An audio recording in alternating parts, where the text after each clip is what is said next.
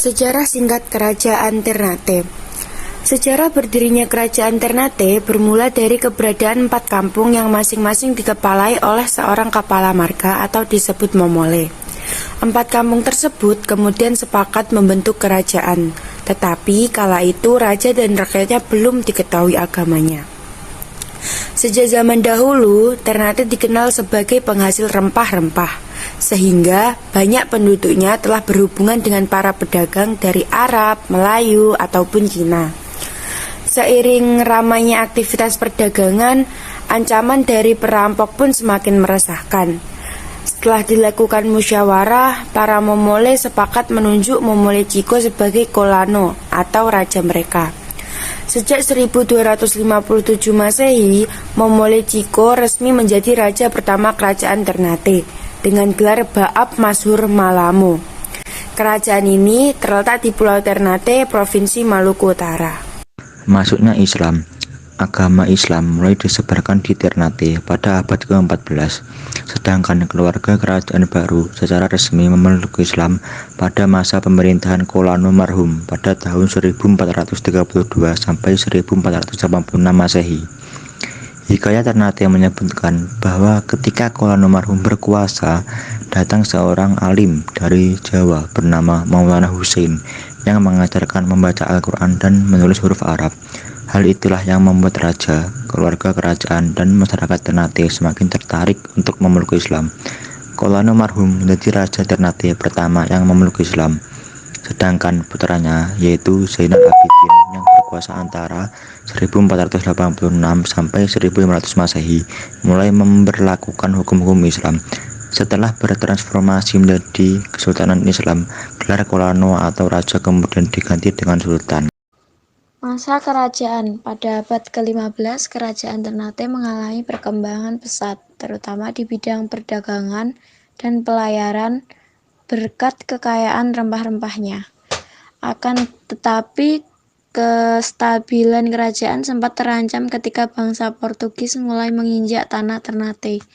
Sejak awal abad ke-16, Sultan Ternate mulai melakukan perlawanan terhadap bangsa Portugis yang dirasa akan memonopoli perdagangan di wilayahnya. Terlebih lagi, Portugis telah mendirikan benteng yang diberi nama Benteng Sao Paulo di Ternate.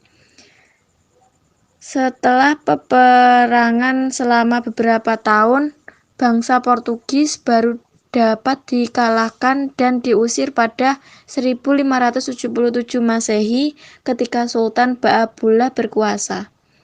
Kemenangan Ternate atas Portugis ini tercatat sebagai kemenangan pertama putra Nusantara melawan kekuatan Barat. Selain itu, Sultan Baabullah atau 1570 sampai 1583 Masehi juga mengutarakan kerajaan Ternate menuju puncak wilayah kejayaannya. Di bawah pemerintah Sultan Baabullah, wilayah kekuasaan kerajaan Ternate membentang dari Maluku, Sulawesi Utara, Sulawesi Timur, Sulawesi Tenggara, bagian selatan Kepulauan Filipina, dan Kepulauan Marshall. Di Pasifik, pencapaian tersebut membuat Sultan Baabullah dijuluki sebagai penguasa 72 pulau yang semuanya berpenghuni. Kemunduran Kerajaan Ternate. Kehidupan politik Kerajaan Ternate pun semakin kacau saat VOC datang dan memenangkan persaingan melawan bangsa barat lainnya. Sejak saat itu, VOC memegang hak atas monopoli perdagangan dan mulai mendirikan benteng di Ternate. Menjelang akhir abad ke-17, Kerajaan Ternate sepenuhnya berada di bawah kendali VOC.